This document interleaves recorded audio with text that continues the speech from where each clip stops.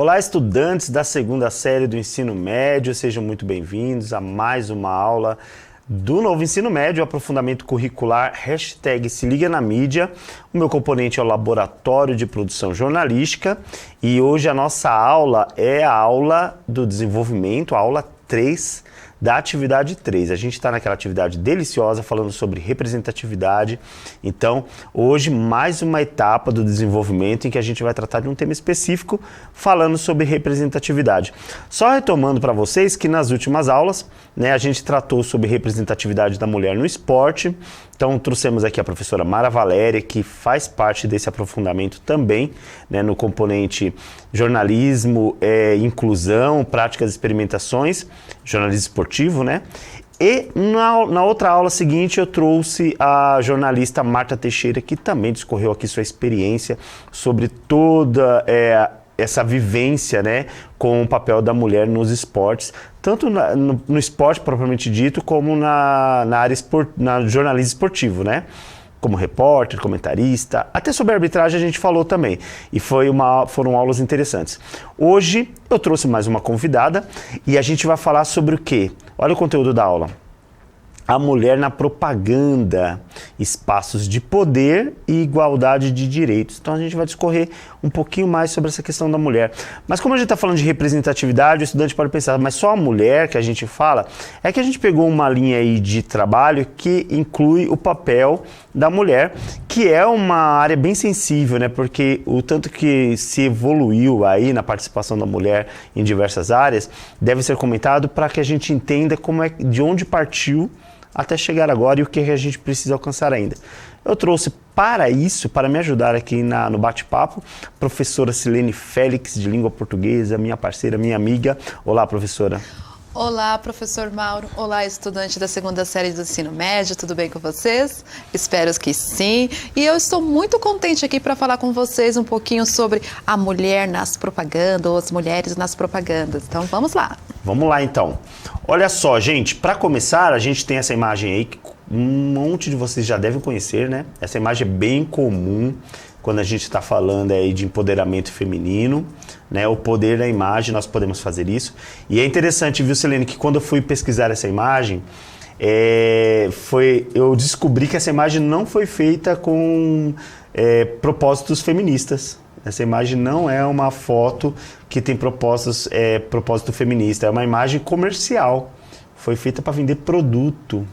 E aí, para vender produto. Qual produto? Eu não me lembro agora para te dizer qual que é o produto, mas foi feita para comercializar um produto e a partir daí o movimento feminista, quando ele começou a ter uma força ali nos Estados Unidos, aí começaram a usar essa imagem porque acharam muito, tem uma identidade muito forte, Essa uma força aí de comunicação para o movimento feminista, e aí começaram a utilizar. Tanto que a garota que pousou para essa imagem, para essa foto, ela só foi descobrir que a imagem dela estava sendo usada depois de muito tempo. Ela nem sabia. Então, aí já entra uma questão legal da gente tratar, que é como a mulher era respeitada, A mulher não era respeitada nem nisso, Quer dizer, a mulher não tinha nem o direito de entender os seus direitos, de usar a imagem, de participar de diversas manifestações, e ela só foi descobrir isso depois de muito tempo, e a imagem ficou associada ao movimento feminista, mas de origem não era. E é bem interessante essa imagem, Que ela tem essa mensagem, do nós podemos fazer isso, we can do it, Eu só recordo, ao ver essa imagem, da Frida, Então, vem um contexto disso. E fica interessante a nossa intérprete de Libras mostrando a imagem, fazendo o sinal na hora que estava passando a imagem. Ficou muito legal na tela. É exatamente isso. Então, nós podemos fazer isso, que a imagem mostra. Nós, no caso, as mulheres. E é interessantíssimo. A mulher na propaganda, vamos lá. Eu trouxe essa matéria aí do Jornal da USP, tá? É uma matéria maravilhosa que vai falar sobre como a mulher viveu aí essa trajetória da publicidade, da propaganda. Como que era a imagem da mulher, ela transmitia o quê? Como que era usado na propaganda, tá?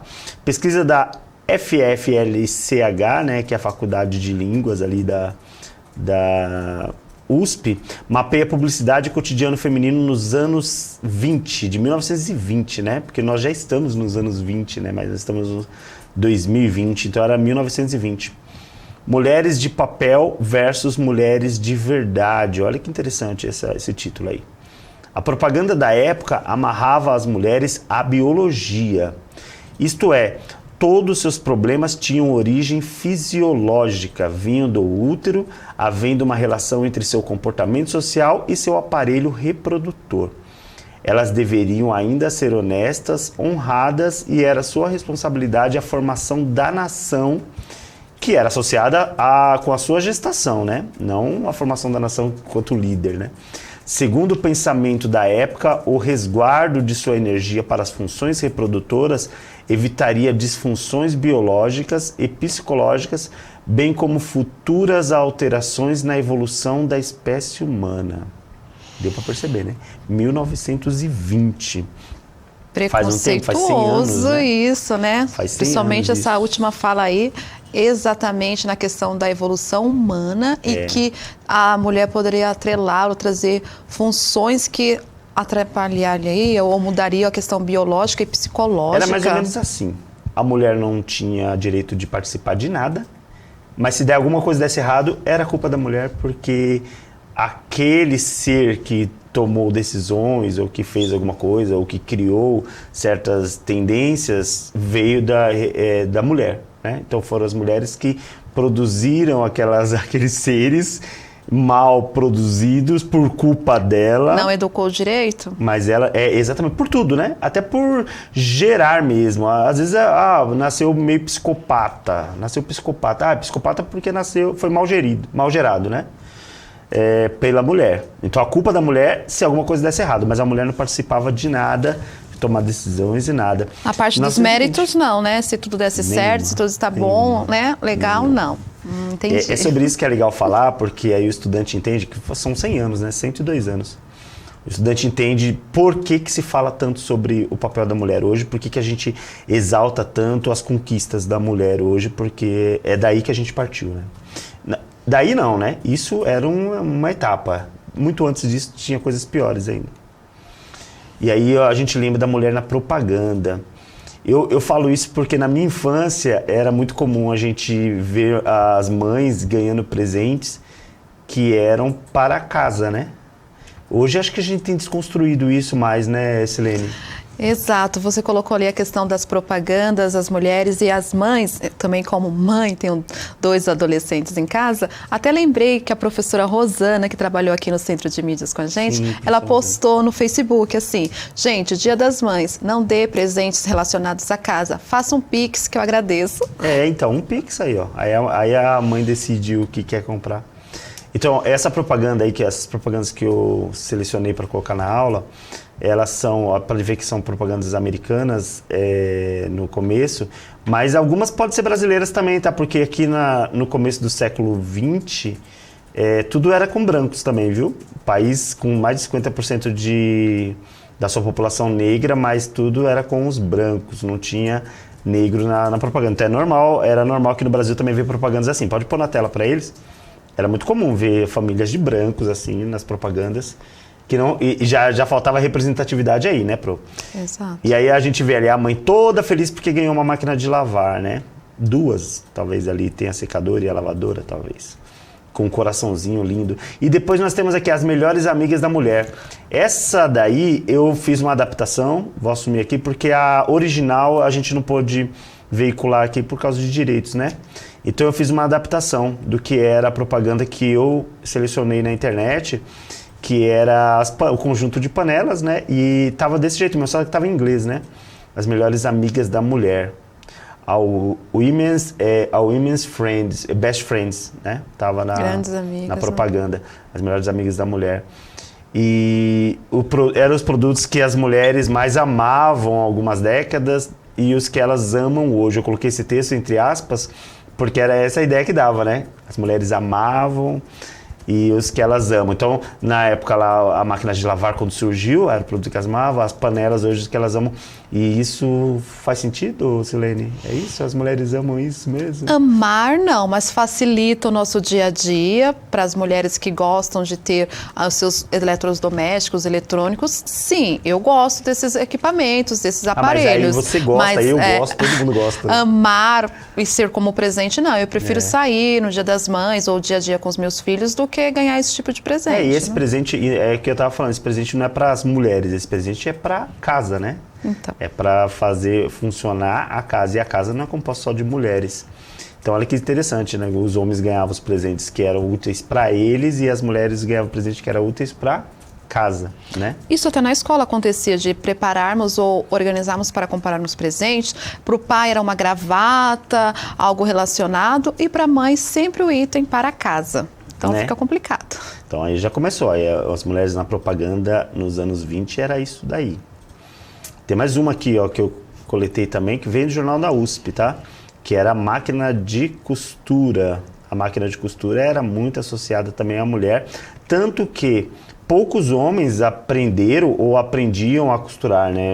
Na minha época, minha mãe nunca tentou me ensinar a costurar, mas ensinou minhas irmãs, né?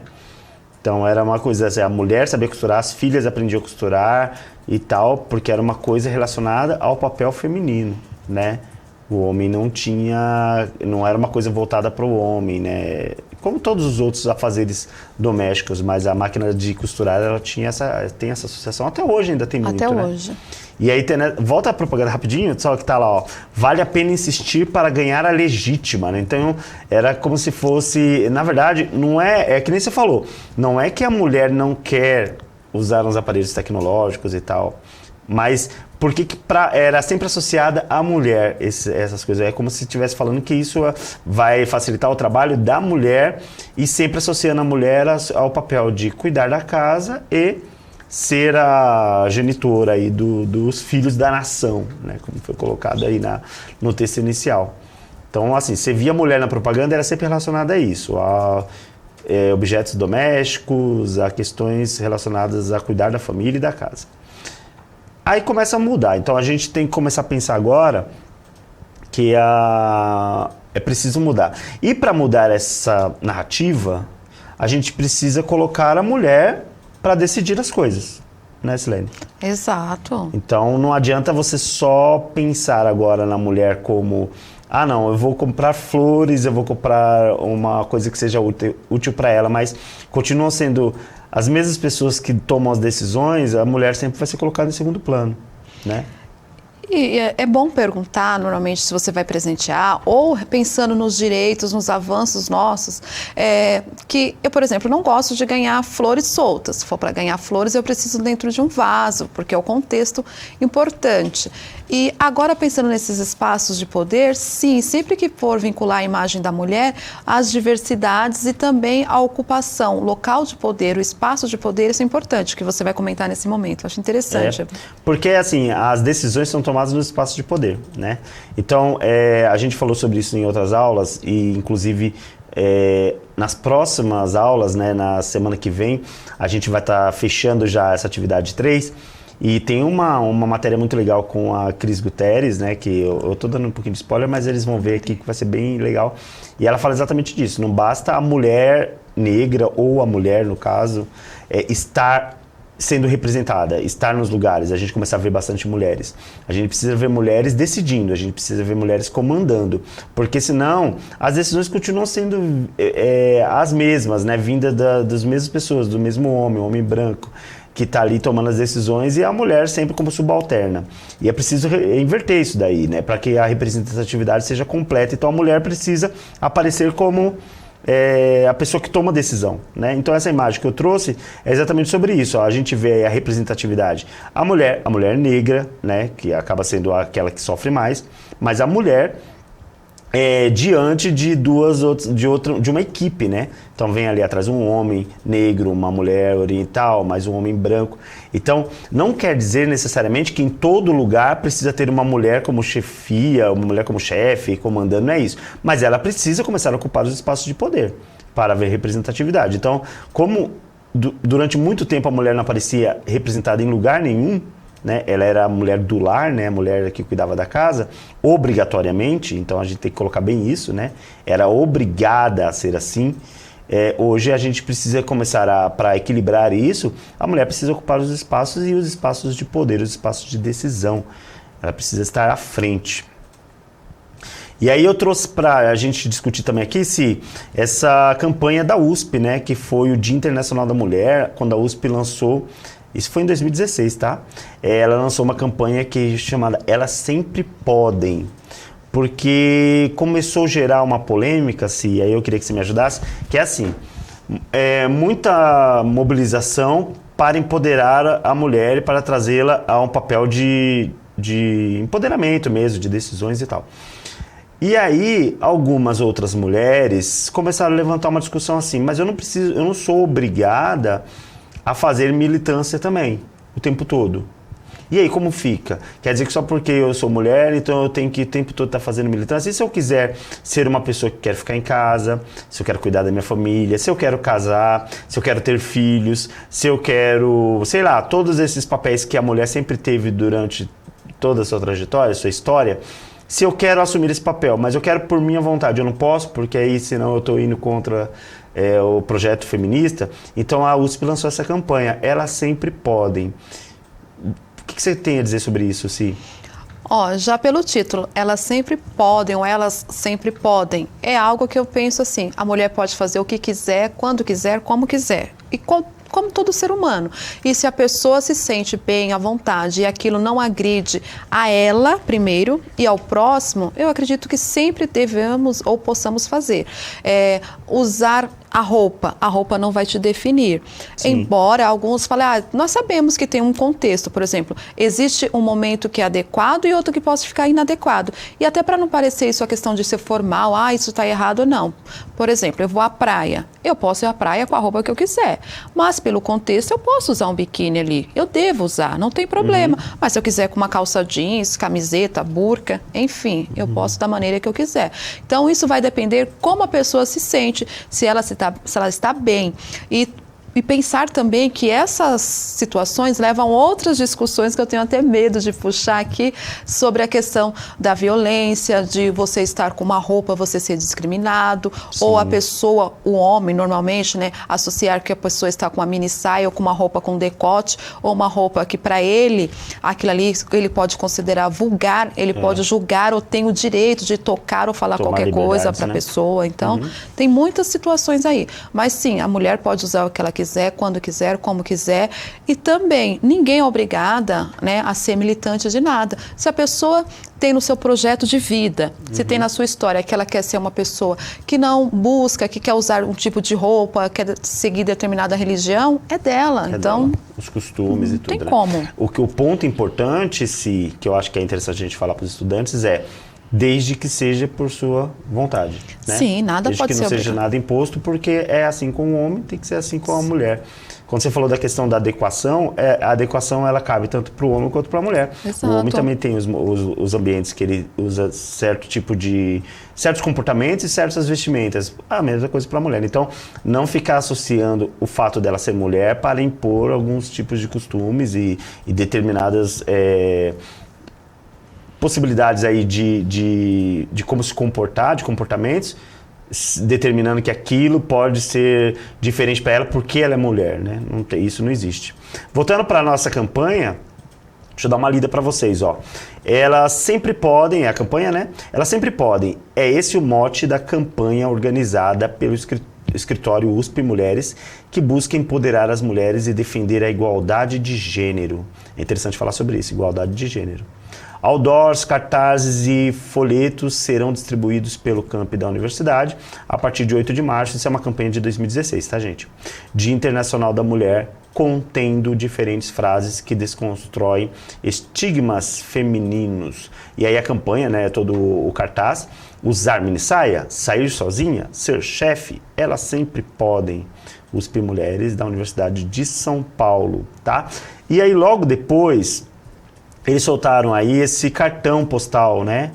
O cartão postal, para os estudantes que não conhecem, é assim, né? Hoje caiu um pouquinho de uso, saiu de uso um pouquinho, mas é muito comum as pessoas mandarem cartões postais quando estão viajando, né? Para mostrar paisagens, locais que visitaram e tal. Ou até colecionar, tem gente que coleciona. Então aí nesse cartão postal tem aí o trecho dessa poesia, né? Que seria essa música aí, né? Usar saia curta, usar saia longa. Não usar maquiagem, usar batom vermelho. Sair de casa meia-noite, dormir meia-noite. Comandar uma equipe, comandar a casa. Jogar vôlei, jogar futebol. Dirigir caminhões, dirigir carros. Ter vários filhos, não ter nenhum. Andar de salto alto, andar de chinelo. Ser a mulher que quiser. USP Mulheres, elas sempre podem. Que é isso que a gente estava comentando, né, Si? Exato, então, ser o que quiser, exatamente. Como quiser, quando quiser, tá tudo bem. Não tem essa de, mas eu quero casar, eu quero ter filhos, eu quero ficar em casa, comandando a casa, eu não gosto de sair à noite, eu não gosto de jogar futebol, sei lá, eu não gosto de andar de chinelo, eu gosto de andar de salto alto. Quer dizer, essas coisas que sempre esteve atrelado à mulher por uma imposição, a pessoa fala, eu quero por opção. É assim que eu acho que eu devo ser, é assim que eu acho que deve ser a mulher. Na minha opinião, tem que ser assim. Mas isso é por minha opção, certo? E nunca desmerecer o trabalho feminista, porque a gente vai falar sobre isso daqui a pouco, sobre todas as conquistas, né, dos movimentos feministas. Né, Sim? Exato. Estamos aí, ó, nosso cartão postal lindo, maravilhoso. Eu amei esse cartão. Ficou maravilhoso. Agora vamos falar de igualdade de direitos, porque eu lembro que eu falei ali, né, igualdade de gênero.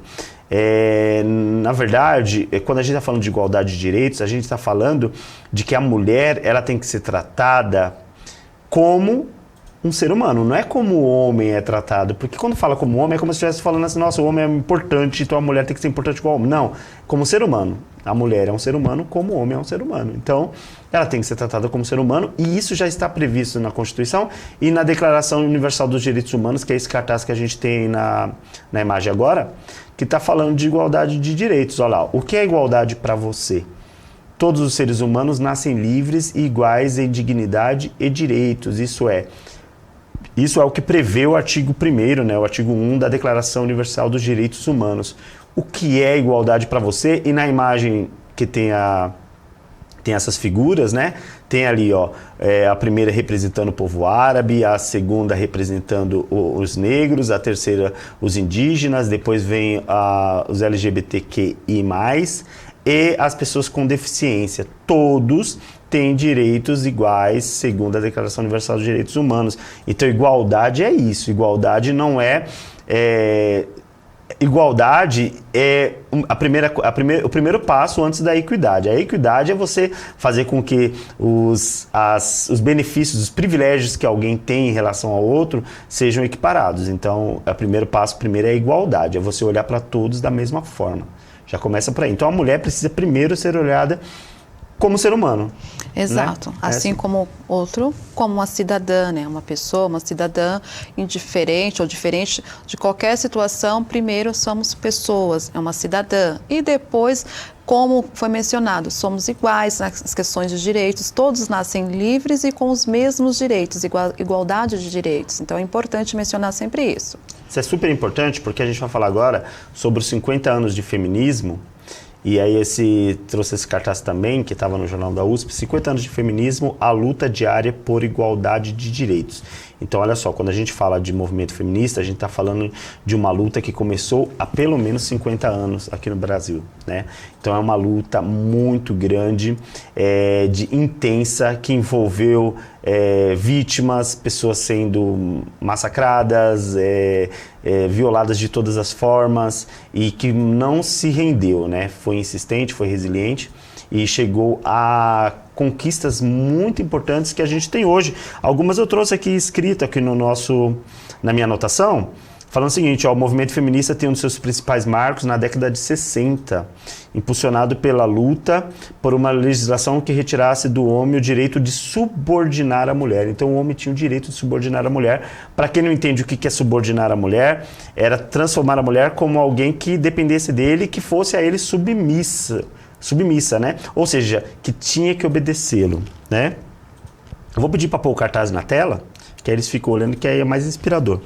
Eram os anos em que iniciava a liberação sexual, e aí começou com a a introdução dos métodos contraceptivos, que não eram permitidos para as mulheres, né? Depois, medida as demandas dos movimentos feministas são traduzidas em ações na política institucional. Em que medida elas são traduzidas, né, nas políticas institucionais e na legislação federal ou nacional?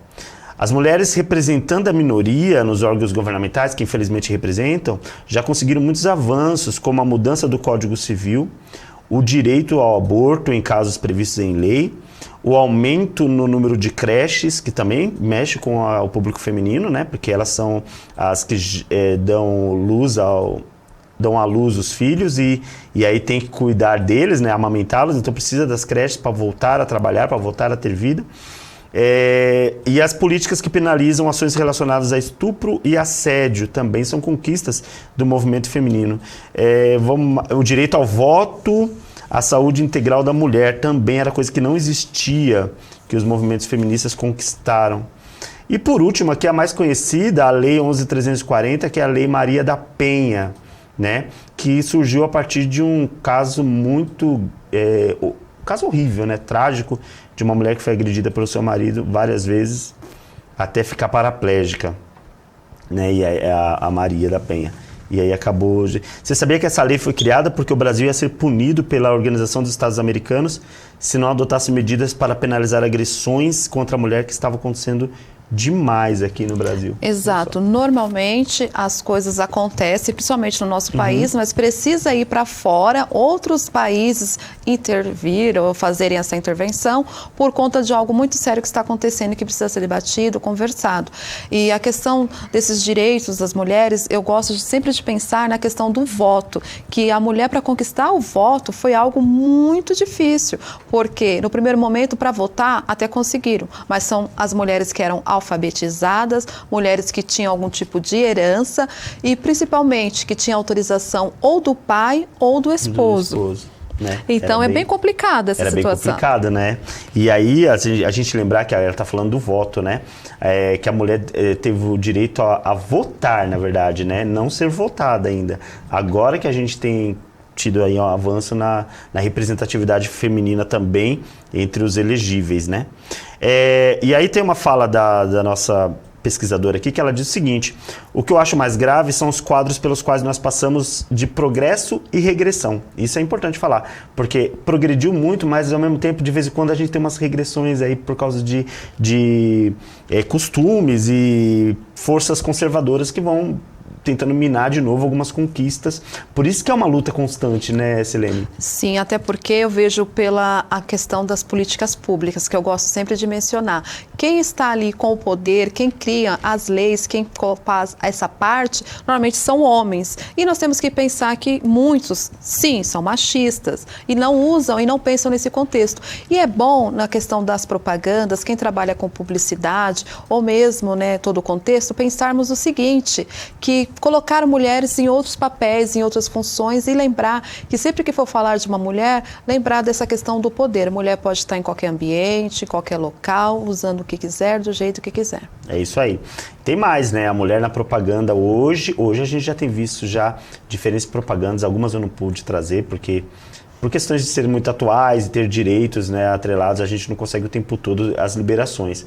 Mas a mulher hoje já aparece com outros papéis na propaganda, né? Isso é importante. Papéis de empoderamento mesmo. Então, a gente tem visto esse avanço, a gente tem que valorizar esse avanço, mas sempre estar na luta, vigilante ali, para que esse avanço continue, não tenha regressões, né? É isso, Pro.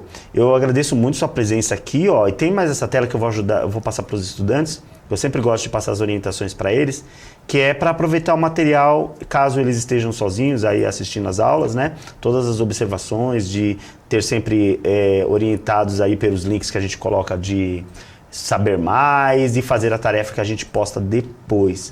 Muito obrigado, professora Silene, foi uma honra tê-la aqui. Muito obrigada, eu gosto muito de participar das aulas de vocês, pessoal. É isso aí, gente, muito obrigado a todos que participaram, que estão assistindo essa aula aqui agora.